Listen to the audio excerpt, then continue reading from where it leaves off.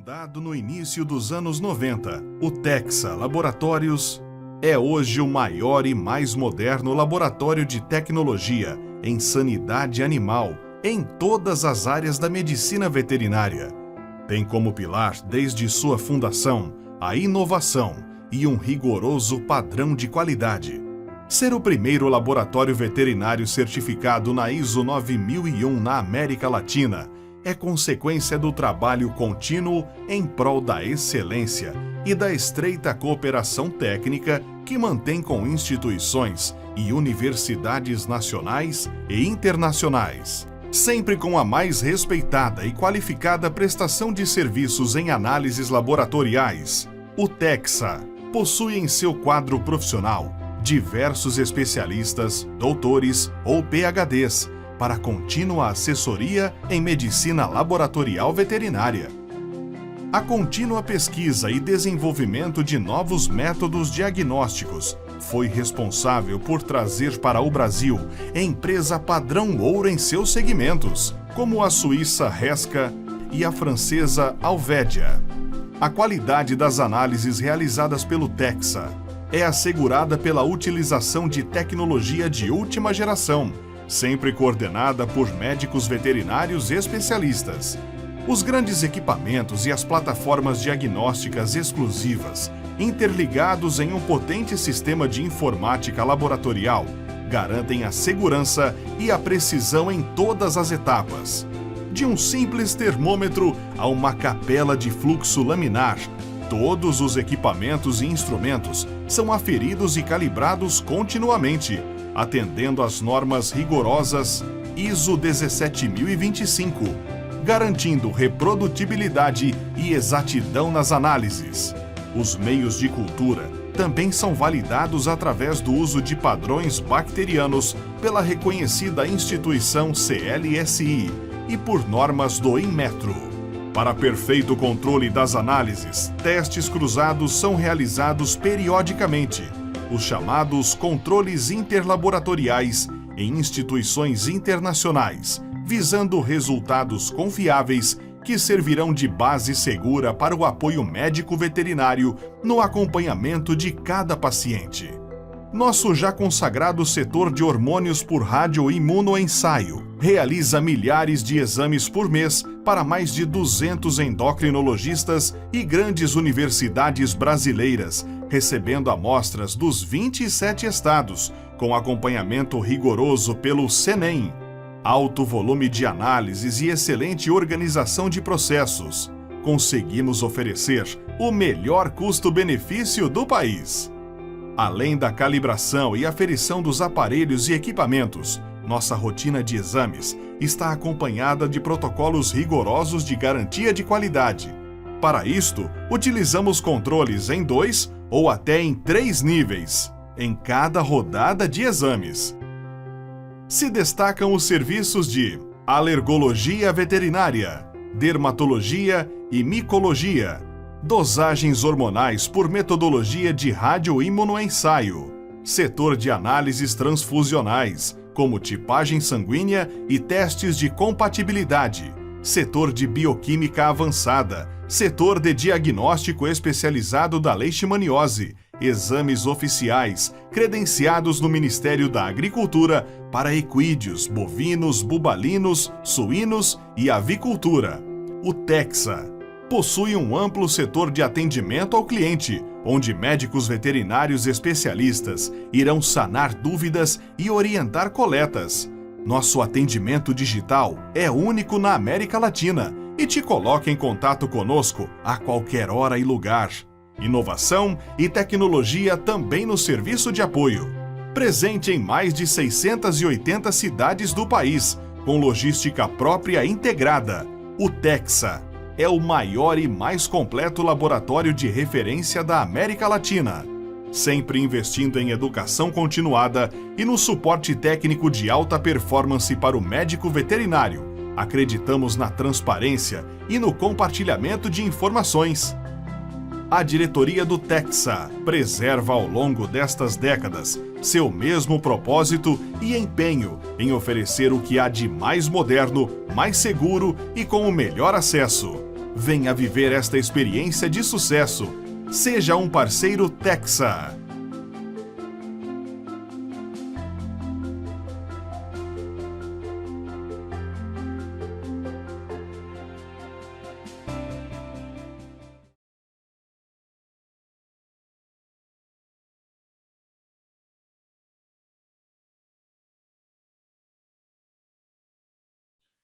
Es un gusto para mí estar en este congreso y agradezco a Beth Science que me haya invitado a participar de él, en esta ocasión para hablar de epilepsia y síndromes epilépticos. En el año 2014 se reunió un grupo de veterinarios especialistas en neurología y no especialistas y conformaron el Grupo de Trabajo Internacional en Epilepsia Veterinaria. Este grupo de trabajo publicó en el año 2015 7 documentos de consenso que establecen el marco conceptual que brinda el lenguaje común y los protocolos de trabajo para desenvolvernos en el área de la epilepsia veterinaria. En este sentido, y ateniéndonos a estos documentos, vamos a hacer algunas definiciones, vamos a explicar la clasificación de las epilepsias y las crisis epilépticas, y vamos a aclarar algunas terminologías. Cuando nos encontramos frente a un paciente epiléptico con crisis cerebrales, lo primero que debemos diferenciar, teniendo en cuenta que, como ven en estos videos, las crisis pueden ser desde el punto de vista clínico muy semejantes, aunque también idénticas, entre crisis epilépticas o no provocadas y crisis reactivas o crisis provocadas. Una crisis epiléptica o no provocada es la manifestación de una actividad epiléptica excesiva y sincrónica de las neuronas cerebrales que usualmente se autolimita en el tiempo. Como contrapartida, la crisis reactiva o provocada es la respuesta natural del cerebro normal a un trastorno funcional de tipo transitorio que es reversible cuando la causa se corrige. El paradigma, el ejemplo clásico de crisis reactiva o provocada son las crisis hipoglucémicas, aunque también puede ser debido a intoxicaciones. Una vez que diferenciamos la crisis reactiva de la crisis epiléptica, estamos en condiciones de abordar al paciente que realmente es epiléptico, porque el que tiene una crisis reactiva no es un verdadero epiléptico, sí lo es el que presenta una crisis epiléptica en determinadas condiciones. Entonces, el siguiente paso es definir la epilepsia. ¿Qué es la epilepsia? Es una enfermedad cerebral que se caracteriza por una predisposición a lo largo del tiempo a generar crisis epilépticas. Y aplicamos esta definición a un individuo que presenta por lo menos 2 crisis no provocadas o epilépticas con una diferencia de tiempo entre ellas de al menos 24 horas. Estas características son las que reúne el individuo como para considerarlo epiléptico. El término síndrome epiléptico se utiliza en medicina humana y fue introducido por la Liga Internacional de Lucha contra la Epilepsia en el año 1989. Este término tiene en cuenta el fenómeno epiléptico en un contexto mucho más amplio que la clínica y se define como un trastorno epiléptico que se caracteriza no solamente por los signos y síntomas, incluyendo la edad de aparición, la anatomía, los factores precipitantes, la edad de inicio y demás, sino que también tiene en cuenta la etiología y los hallazgos, por ejemplo, de las neuroimágenes estructurales. En medicina humana hay definidos y caracterizados al menos 40 síndromes epilépticos. En medicina veterinaria estamos bastante más atrasados con respecto a eso, y en los perros nosotros hemos definido con mucho detalle 2 síndromes epilépticos: la epilepsia benigna juvenil familiar recesiva del lagoto romagnolo y la epilepsia mioclónica juvenil del rhodesiano.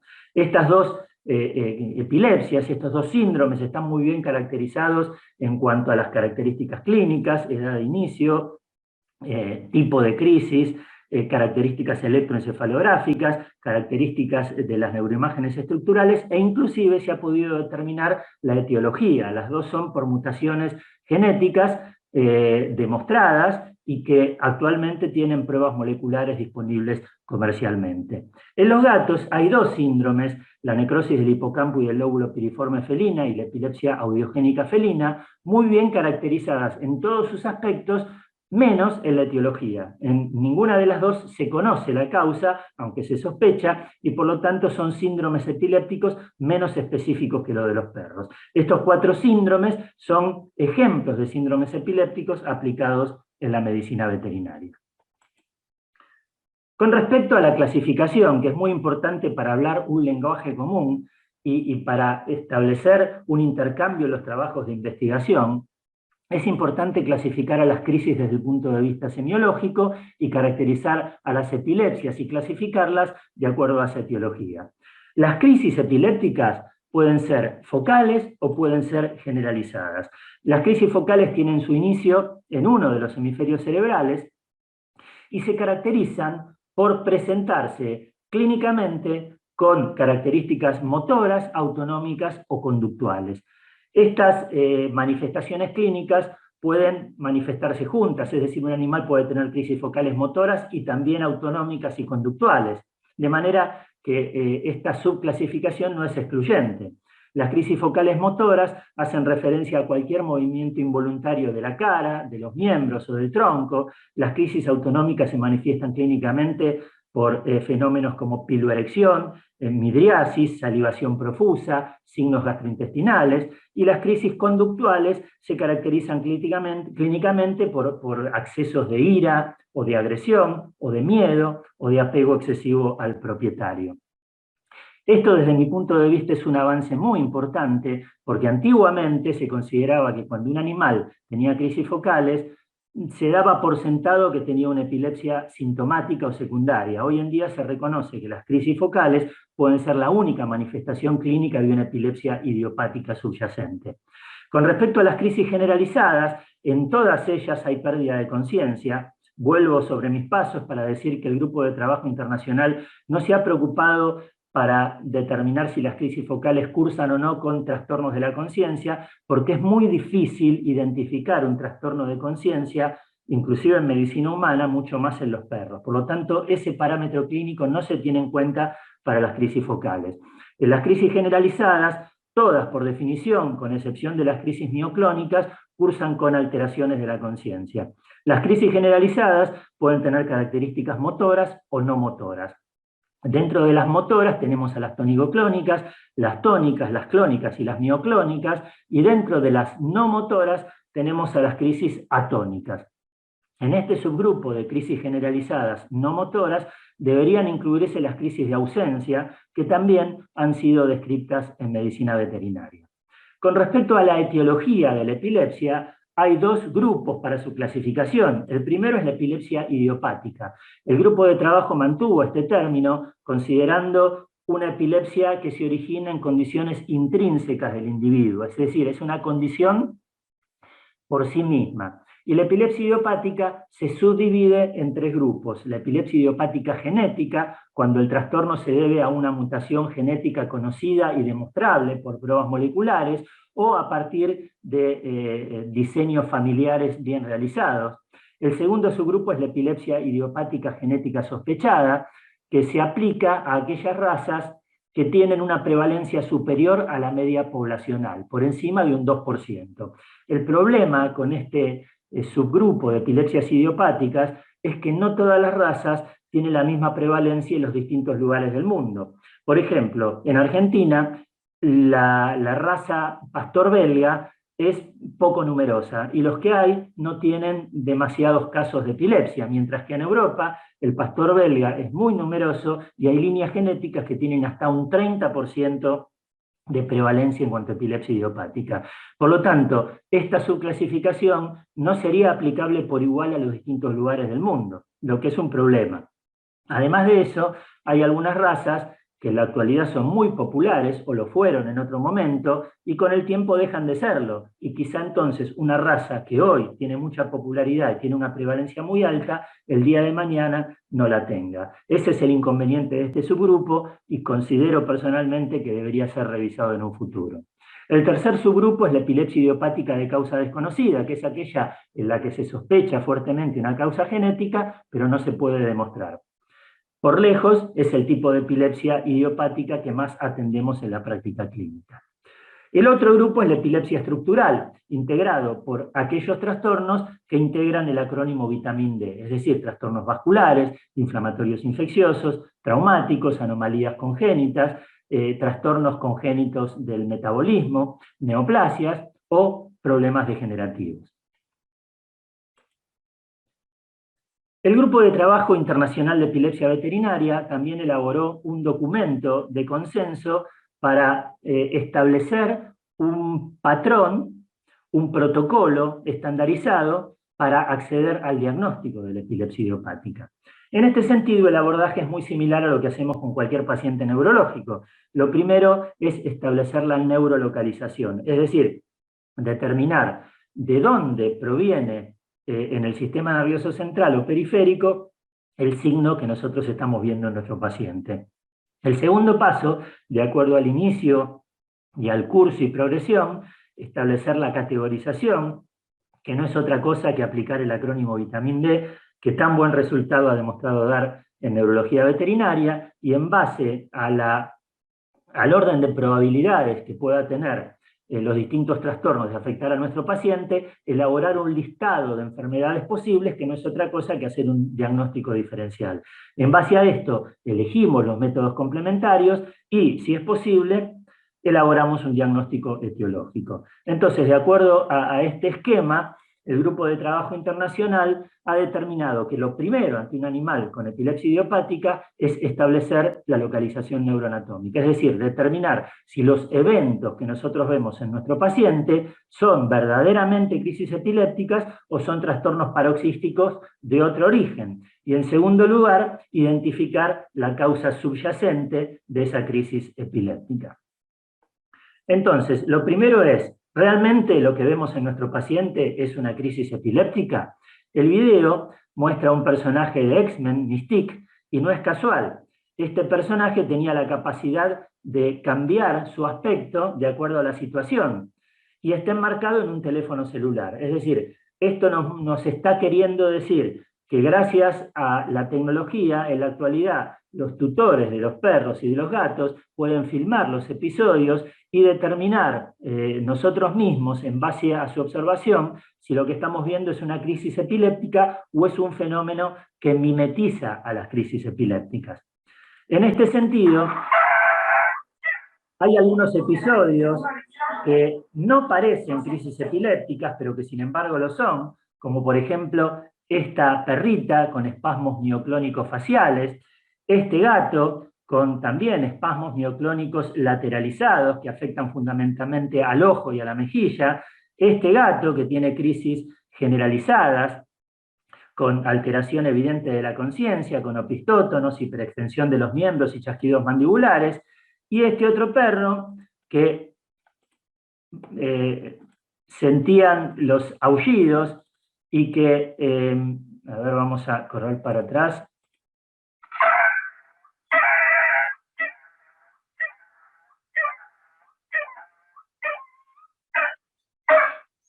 Y que realmente parecía una crisis de dolor cervical y en realidad no lo era. Era una crisis epiléptica y esta vocalización era la manifestación clínica de la crisis. Entonces, episodios que no parecen crisis epilépticas, pero que sin embargo lo son. Por el otro lado, hay episodios que parecen crisis epilépticas, pero que no lo son. Un ejemplo paradigmático es el síndrome de tremor idiopático repetitivo de la cabeza, que observamos con mucha frecuencia en el bulldog francés, en el bulldog inglés, que puede parecer una crisis focal y sin embargo no lo es un trastorno de movimiento. Este bulldog inglés, que presenta movimientos distónicos aislados y que padecía de una distonía con movimientos repetitivos de la cabeza. Este cachorro pastor alemán, que simulaba tener una convulsión, vamos a ponerle el audio.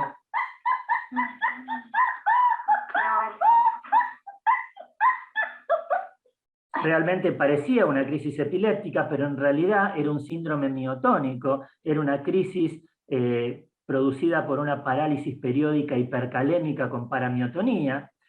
Este Shih Tzu, que tenía también una parálisis periódica hipercalémica con miotonía y que simulaba una crisis epiléptica lateralizada con torsión cefálica, y este bulldog francés que tiene una disquinesia paroxística que puede simular una crisis epiléptica. Es decir, episodios que simulan crisis epilépticas, pero que no las son.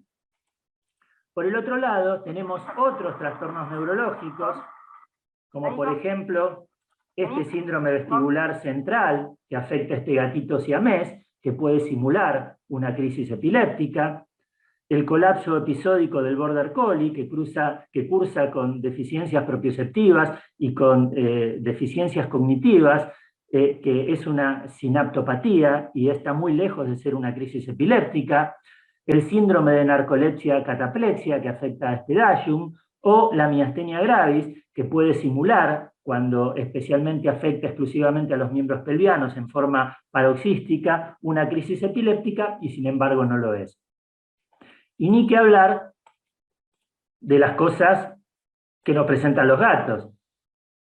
Los gatos, además de tener trastornos de movimiento, tienen el síndrome de hiperestesia felina, que este gato lo manifiesta muy floridamente.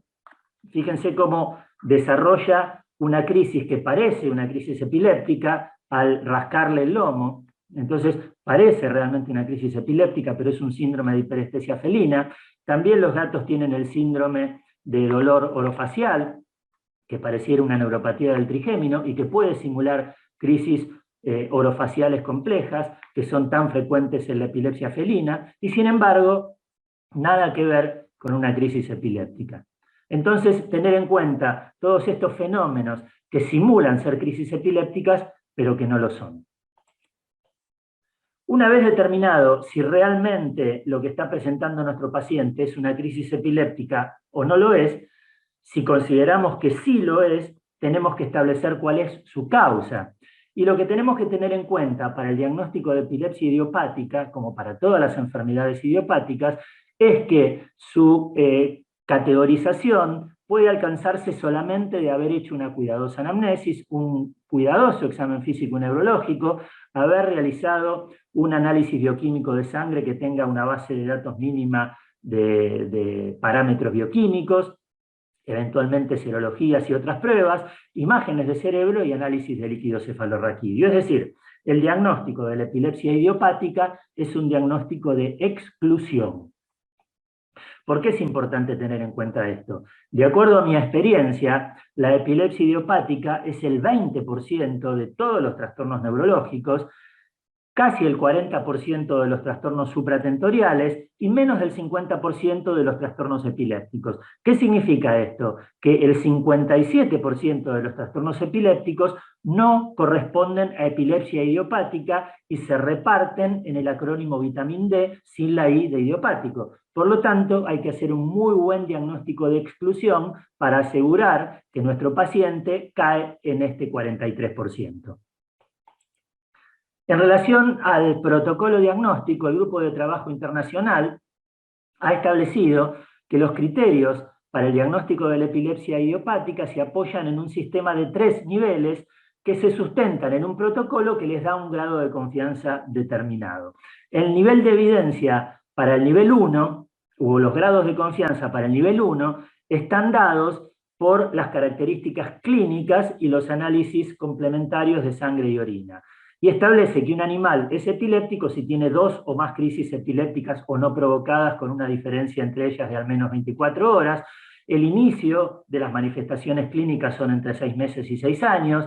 No tiene que tener hallazgos clínicos en el periodo interictal y tiene que tener ausencia de anormalidades en una base de datos mínima de análisis de sangre y de orina. Los análisis de sangre tienen que ser lo más exhaustivos posibles y en este nivel se sugiere que un animal que tiene epilepsia y que simultáneamente presenta comorbilidades neuroconductuales, debería aconsejarse la realización de resonancia magnética y análisis de líquido cefalorraquídeo.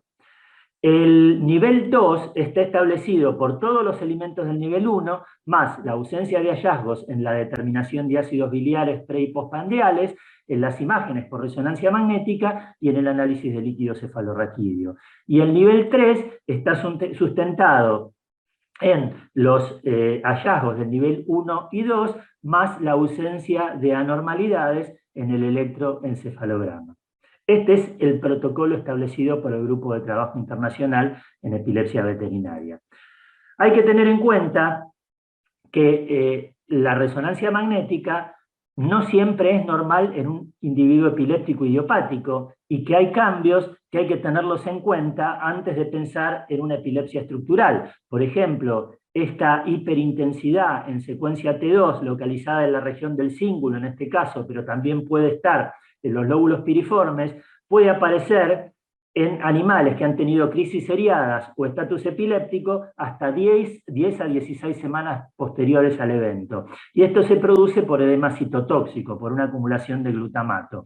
Lo mismo, el análisis de líquido cefalorraquídeo puede mostrar una pleocitosis leve hasta 12 horas después de la convulsión. De manera que hay que tener en cuenta estos posibles hallazgos positivos que se pueden dar en un animal epiléptico idiopático si los realizamos dentro de este tiempo después de producidas las crisis generalizadas. Vamos a ver cómo se aplicaría estos tres niveles. Vamos a suponer este perro, este bulldog inglés que tenía la distonía, que simula ser una crisis epiléptica. Bien, hacemos la revisación neurológica y el examen clínico sin ningún tipo de hallazgo significativo en el periodo interictal. La base de datos mínima de sangre y de orina es absolutamente normal. Realizamos imágenes por resonancia magnética y líquido cefalorraquídeo que no muestran ningún hallazgo significativo y por lo tanto el único elemento como para demostrar el sustrato eléctrico de esta crisis es el electroencefalograma. Bien, el electroencefalograma en este caso no corresponde a este paciente que tenía un trastorno de movimiento, pero lo que vemos en este trazado, estas descargas de punta onda lenta, bilaterales y sincrónicas, es los hallazgos interictales que nos permiten afirmar que el individuo que tiene este trazado electroencefalográfico es un individuo epiléptico. Con respecto al diagnóstico etiológico, como decíamos previamente, hay algunos síndromes epilépticos que nos permiten ir directamente a realizar una prueba molecular, como es la determinación de la mutación en el gen LGI2 en el agoto romagnolo o del gen DIRAS en el rhodesiano, que nos da el diagnóstico etiológico. Son mutaciones genéticas de un solo gen que nos permiten establecer un diagnóstico etiológico. En otras razas, como el mastín sudafricano o boerboel sudafricano, se ha descrito una epilepsia focal juvenil y se ha comunicado la alteración genética, aunque no se ha podido descubrir cuál es el gen involucrado. Y en el pastor belga y en muchas otras razas se ha identificado una mutación genética en el gen ADAM23 que nos indica que el individuo que la posee tiene un riesgo 7 veces mayor de tener epilepsia que el que no la posee. Es decir, esta mutación genética no es causativa, pero indica un riesgo incrementado con respecto a padecer la epilepsia idiopática. En la actualidad hay un grupo de investigación genética en Rennes, Francia, que está desarrollando una investigación muy activa y ha logrado demostrar en el boyero suizo y en el cane corso que ambas razas poseen una epilepsia de tipo monogénica, de transmisión autosómico recesiva. En el boyero suizo se ha logrado identificar el locus donde está el gen afectado, pero no se ha podido identificar la mutación específica en el gen, y en el cane corso se ha podido demostrar que es monogénica y su tipo de transmisión, pero tampoco se ha identificado su gen. Como ven, hay una investigación muy activa en este tema y probablemente en un futuro no muy lejano tengamos mucha más información con respecto a este asunto. Entonces, si nosotros hacemos un algoritmo para el diagnóstico de un síndrome convulsivo, lo primero que tenemos que hacer es un examen físico-neurológico exhaustivo, obtener una base de datos mínimas de análisis de sangre y orina, y con eso vamos a determinar si nuestro paciente presenta crisis reactivas o provocadas, o crisis epilépticas o no provocadas. En el caso de que las crisis sean reactivas, hacemos un tratamiento de la causa y hacemos su seguimiento. En el caso de que las crisis sean no provocadas, intentamos clasificarlas. Si de acuerdo a las características clínicas es una epilepsia raza específica, recurrimos a las pruebas genéticas para lograr un diagnóstico etiológico. Si la epilepsia es focal o generalizada, o focal con evolución a bilateral tónico-clónica, tenemos que determinar si en el periodo interictal hay o no hay signos neurológicos. En el caso que no haya signos neurológicos, recurrimos al electroencefalograma. Y los resultados de esta prueba pueden ser normales o con alteraciones paroxísticas transitorias típicas de la epilepsia idiopática, o pueden resultar en ondas lentas focales que nos indicarían una alteración estructural. En el caso que el electro sea normal o nos sugiera un fenómeno epiléptico idiopático, tratamos y hacemos un seguimiento en cuya causa puede haber un buen control o un pobre control con la aparición de nuevos signos neurológicos. En el caso de que haya un mal control o aparezcan nuevos signos, en el caso de que el electroencefalograma presente ondas lentas focales o que el animal presente signos neurológicos interictales, hacemos análisis de líquido cefalorraquídeo y o diagnóstico por imágenes. En el caso que las características clínicas de la epilepsia, sea focal o sea generalizada, sean muy particulares, como por ejemplo un animal de más de 7 años que debuta con crisis, un animal de una raza que tenga particularidades específicas como una tendencia a tener meningoencefalitis inmunomediada, un animal que tenga comorbilidades neuroconductuales. En esos animales vamos a hacer análisis de líquido cefalorraquídeo y o diagnóstico por imágenes. Entonces, siguiendo este algoritmo, aunque no sigue estrictamente los 3 niveles del Grupo de Trabajo Internacional de Epilepsia Veterinaria, es muy difícil equivocarse en el diagnóstico. Ahora bien, lo que ustedes me pueden decir es que por disponibilidad o por accesibilidad a los métodos de diagnóstico complementario, podemos llegar simplemente hasta aquí, es decir, a una evaluación clínica y a un acceso a una base de datos mínima de análisis de sangre y orina. ¿Esto significa que no podemos avanzar en el diagnóstico? De ninguna manera. En este caso, lo que debemos hacer, y en este sentido hay que ser muy claro con el propietario, vamos a hacer un seguimiento sistemático con un examen clínico neurológico periódico, por ejemplo, cada 45 o 60 días, para establecer si el cuadro es progresivo o no y poder limitar el listado de los diagnósticos diferenciales. ¿Por qué? Porque si nuestro paciente, a lo largo de un tiempo preestablecido, como por ejemplo 6, 7, 8 meses, un año para tener mayor margen de seguridad, no desarrolla nuevos signos clínicos y sigue permaneciendo sin hallazgos significativos en el examen neurológico interictal,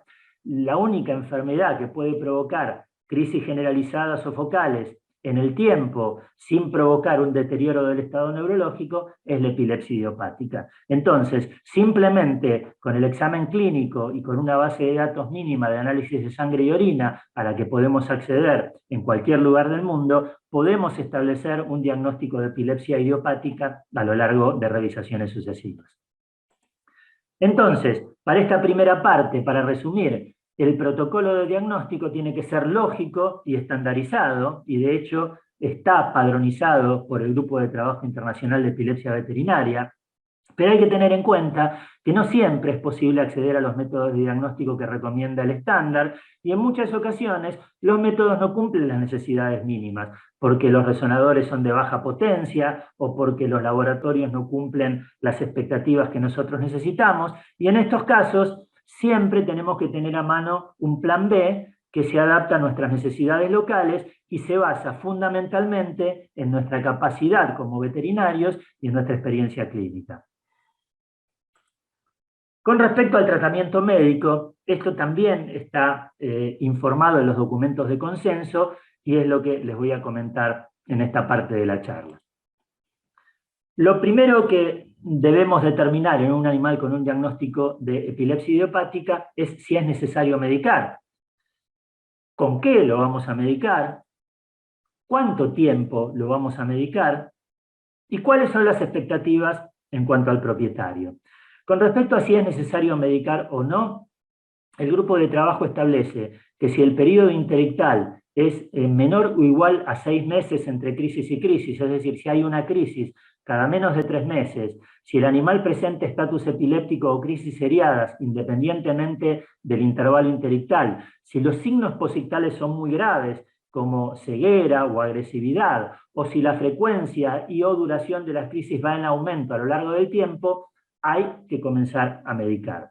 ¿Con qué vamos a medicar? Lo vamos a ver en un rato. ¿Cuánto tiempo vamos a medicar? Bueno, también vamos a ver a lo largo de la charla que debemos plantear objetivos, pero lo más probable es que la medicación se tenga que mantener durante toda la vida de nuestro paciente. Y con respecto a las expectativas, está muy ligado a este punto y ojalá que nuestro paciente se encuentre libre de crisis y nunca más tenga una de ellas, pero lo que es más realista es plantear el objetivo de un éxito terapéutico parcial, y después nos vamos a referir a qué buscamos con eso. Como habíamos visto antes, la epilepsia idiopática es menos de la mitad de los individuos que padecen trastornos epilépticos. Por lo tanto, cuando enfrentamos un paciente epiléptico, tenemos que tener en cuenta el concepto del riesgo de recurrencia de una crisis. Entonces, en un animal que sospechamos que no puede ser epiléptico idiopático porque tiene signos interictales graves como búsqueda de rincones, o si es de una raza que tiene una tendencia a padecer enfermedades muy graves como las meningoencefalitis necrotizantes en el pug, o es un animal que debuta con convulsiones después de los 10, 11 años, ese animal probablemente tenga un riesgo mayor de padecer una segunda crisis que un epiléptico idiopático. En medicina humana, en base a las características del electroencefalograma y a las características clínicas, se ha determinado que el riesgo de recurrencia de tener una segunda crisis en el siguiente año es del 43% para un epiléptico idiopático y del 65% para un epiléptico estructural. Por lo tanto, desde mi punto de vista, los criterios del Grupo de Trabajo Internacional deben ser aplicados únicamente para la epilepsia idiopática. En mi recomendación, un individuo que tenga fuertes evidencias clínicas, que tenga una epilepsia estructural, debe ser comenzado a medicar, aunque haya tenido una sola crisis. Con respecto a la elección del fármaco antiepiléptico, debemos tener en cuenta varias cosas.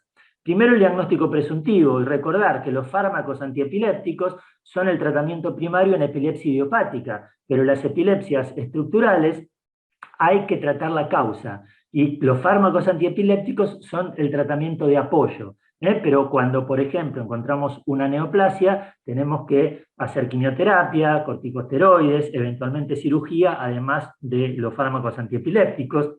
En una meningoencefalitis inmunomediada, lo mismo, corticosteroides, terapia inmunosupresora, y los fármacos antiepilépticos son tratamiento de apoyo. De manera que tener en cuenta el diagnóstico presuntivo. Lo segundo que hay que tener en cuenta es la frecuencia de las crisis, considerando los periodos de acumulación de los fármacos antiepilépticos. El fenobarbital, por ejemplo, tiene un periodo de acumulación de 10 a 14, 15 días, el bromuro de 4 a 6 meses, de manera que si nuestro paciente está presentando crisis con muchísima frecuencia, por ejemplo, una por día o varias semanales, deberíamos recurrir a fármacos de acción inmediata, como las benzodiazepinas o el levetiracetam. Entonces, tener en cuenta esto, podemos combinar fármacos en terapia de pulsos mientras esperamos la acumulación de los fármacos que vamos a utilizar en el tratamiento a largo plazo. Otro factor a tener en cuenta es el estado metabólico de nuestro paciente y la interacción con otras medicaciones. Entonces, cuando nosotros vamos a administrar fenobarbital, debemos considerar que nuestro paciente tiene que tener un hígado en muy buenas condiciones. O si vamos a dar bromuro de potasio, recordar que los pacientes nefrópatas, como el bromuro se elimina por orina, debemos dar una dosis más baja.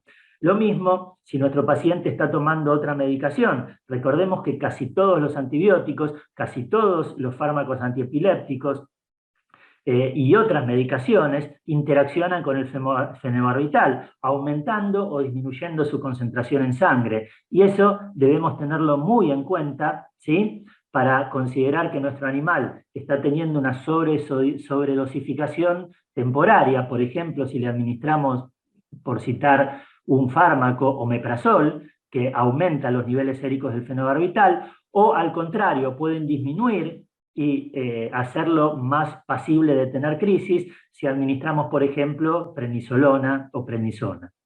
Entonces, tener en cuenta esto. Y lo Otro que tenemos que tener en cuenta son los efectos colaterales del fármaco antipiléptico, como la polifagia, poliuria, polidipsia, sedación, ataxia y la interacción con compuestos endógenos. Si nuestro paciente tiene serios problemas de columna, por ejemplo, y tiene mucha dificultad locomotora, y damos fármacos que tienen muchos efectos adversos en el sentido de ataxia y sedación, como el fenobarbital o el bromuro de potasio, probablemente nuestro paciente controle las crisis, pero no pueda caminar. Si nuestro paciente es hipotiroideo y damos fenobarbital, probablemente acentuemos el hipotiroidismo. Entonces, hay que tener en cuenta los efectos colaterales en relación a la condición previa del paciente y a la interacción con otros compuestos endógenos.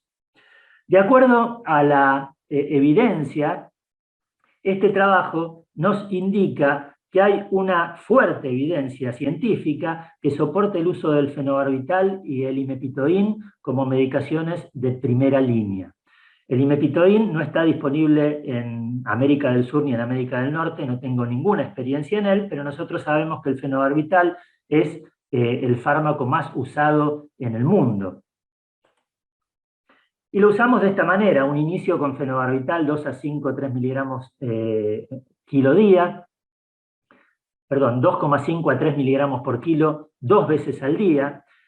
Después del periodo de acumulación, 14 días, realizamos el dosaje de fenobarbital en sangre para ver si el nivel sérico es adecuado. Si el nivel sérico es adecuado y está por debajo de 35 y el control de las crisis es aceptable, monitoreamos todos los parámetros de sangre y bioquímicos a los 3 meses, luego cada 6 meses, y si el perro está en remisión o libre de crisis, una vez por año.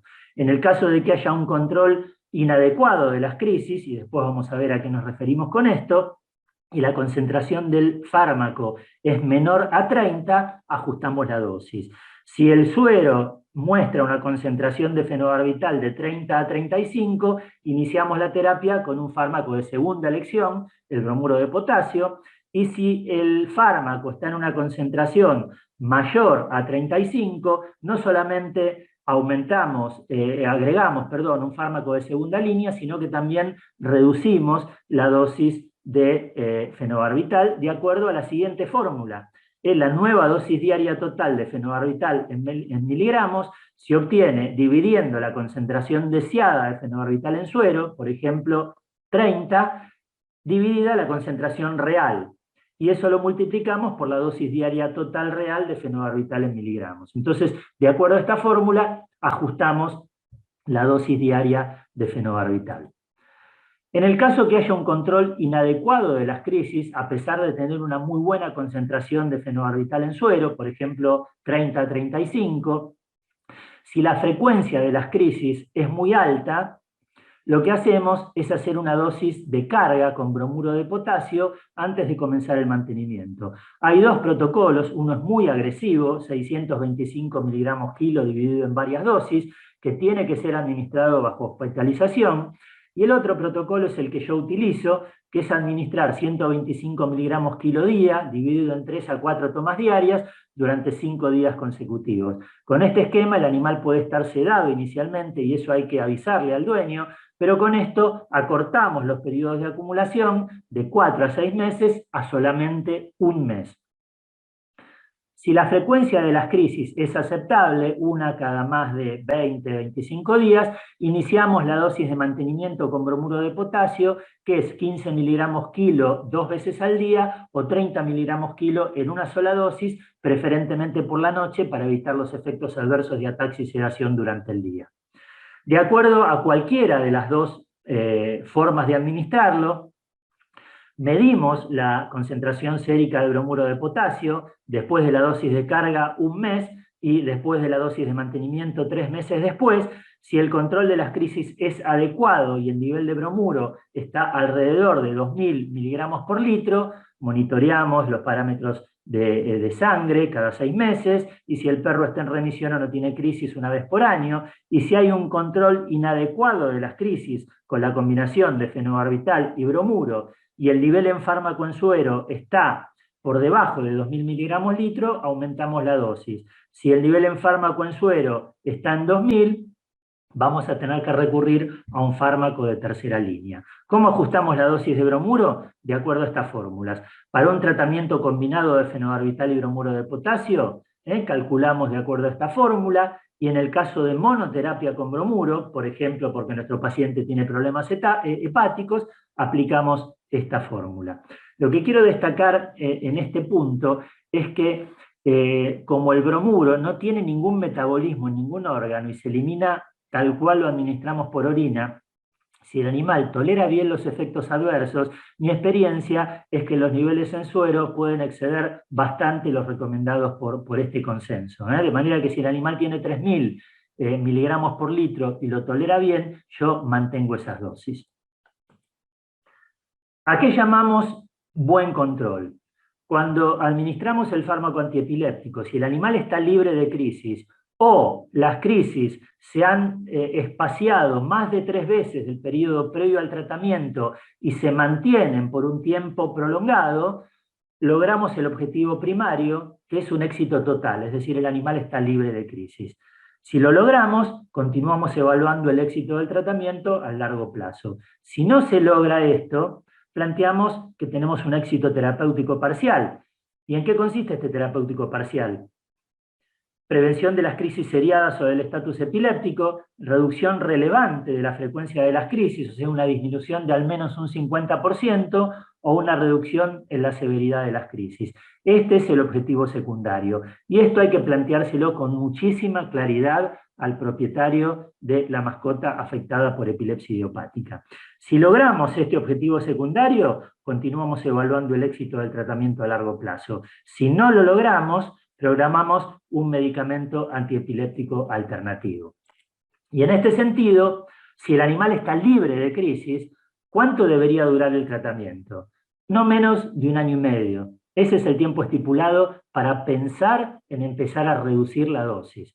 Es muy importante en este tiempo hacer controles periódicos, ir midiendo los niveles en sangre, porque puede ser que ocurra un muy buen control inicial, el tutor de nuestra mascota se olvida que su perro es epiléptico, le deja de hacer los dosajes séricos y de pronto nuestro paciente empieza con crisis seriadas. Hay que recordar que las causas más frecuentes de estatus epiléptico en epilépticos idiopáticos es la subdosificación de fármacos antiepilépticos. De manera que si nosotros pensamos en reducir o sacar la medicación en algún momento, son muy importantes los controles periódicos. Y si nuestro paciente que ha permanecido 1 año y medio sin crisis, con controles periódicos, le empezamos a retirar la medicación gradualmente, por ejemplo 20-25% cada 45-60 días, después de 6 meses retiramos por completo la medicación y un porcentaje importante de estos pacientes, aproximadamente la 1/4 parte, se encuentran en un estado de remisión, es decir, libres de crisis y sin medicación. En el caso que no logremos el éxito terapéutico parcial, tenemos que establecer cuándo y con qué combinar. Y para esto tenemos que tener el concepto de resistencia a un fármaco y de epilepsia fármaco resistente. Ya hemos visto si el fenobarbital dentro de los niveles séricos establecidos no permite un control adecuado de las crisis, lo combinamos con bromuro y tampoco hay un éxito parcial, vamos a estar en presencia de un epiléptico fármaco resistente. Y para esto tenemos que tener en consideración los fármacos antiepilépticos de segunda y tercera línea, su metabolismo y los efectos adversos. La epilepsia fármaco resistente, de acuerdo al Grupo de Trabajo Internacional, se define como una falla en el tratamiento con 2 fármacos antiepilépticos solos, utilizados en forma sucesiva, primero uno y después el otro, o combinados, por ejemplo, fenobarbital y bromuro, bien escogidos. Recuerden que hay fármacos antiepilépticos que no se utilizan en perro, como la fenitoína, como la lamotrigina, como el valproato. Es decir, tienen que ser bien escogidos, bien tolerados y debidamente administrados para lograr un estado libre de crisis. Entonces, el animal que no logra un éxito terapéutico parcial con estas características, decimos que es un epiléptico fármaco resistente. Y en ese caso, vamos a combinar medicación. Hay pocos trabajos que establecen el porcentaje de perros que son responsivos o no responsivos a fármacos de primera, segunda y tercera línea. Este trabajo del 2015 nos muestra que los pacientes que reciben fenobarbital como fármaco de primera línea son responsivos en un 37%. Del 63% que no responde, son responsivos el 26% cuando se los combina con bromuro de potasio. Y del 74% que no responden a esta combinación, el 37,5% son responsivos cuando se administra un fármaco de tercera línea. Me llama la atención en este trabajo los porcentajes tan bajos de respuesta a los fármacos de primera y segunda línea. Mi experiencia es que los pacientes responsivos con un fármaco de primera línea, que puede ser cualquiera de estos tres, fenobarbital, bromuro, gabapentin, es del 66%. Los pacientes que no responden y se les agrega un segundo medicamento son responsivos en el 80%. Y del 20% que no responden, cuando se agrega un fármaco de tercera línea, de acuerdo a mi experiencia, responde el 50%. Estos son los datos disponibles en la actualidad. Bien, ¿cuáles son los fármacos de primera línea con los que contamos? De acuerdo al grupo de trabajo internacional, en la Unión Europea, como fármacos de primera línea están considerados el fenobarbital y el imepitoín, y los bromuros como fármacos de segunda línea. Los fármacos de tercera línea están constituidos por todos estos, con el levetiracetam a la cabeza, porque vamos a ver que es el que tiene mayor evidencia científica de efectividad, pero también se puede usar gabapentin, sonizamida, felbamato, pregabalina, topiramato, y hay fármacos que están en investigación, como la lacosamida y la rufinamida. De acuerdo a la evidencia científica, hay un nivel justo como para decir que el bromuro de potasio es efectivo como monoterapia y un nivel insuficiente como para considerarlo fármaco para terapia complementaria al fenobarbital. Y hay un nivel justo de evidencia científica que soporta la eficacia del levetiracetam como fármaco adyuvante del tratamiento de la epilepsia junto con el fenobarbital. Para el resto de los fármacos antiepilépticos, si bien hay trabajos que demuestran su eficacia, realmente la evidencia científica es insuficiente por la ausencia de pruebas randomizadas y a doble ciego. De manera que cuando elegimos un fármaco de tercera línea, si lo tenemos disponible, el levetiracetam es el que tiene mayor evidencia científica en cuanto a su efectividad y su seguridad. Es muy importante en todo este proceso informar al propietario. En un tratamiento crónico como es la epilepsia, la información al propietario es fundamental para lograr la adhesión al tratamiento, que el paciente reciba su medicación en tiempo y en forma, que se le hagan los controles en tiempo y en forma y que el tutor lo lleve a la consulta como corresponde. Si el paciente no tiene un tutor que esté informado de todos estos aspectos, bueno, generalmente no hay fidelización al tratamiento y, como cualquier terapia crónica, termina fracasando. De manera que el grupo de trabajo enfatiza este asunto de información al propietario. En síntesis, y para concluir, la eficacia de un tratamiento anticonvulsivante depende, como vimos, de un correcto diagnóstico. Por más que utilicemos toda la batería de fármacos antiepilépticos, si fallamos en la identificación de la crisis epiléptica y la confundimos con una crisis de otro tipo, nuestro tratamiento va al fracaso de entrada.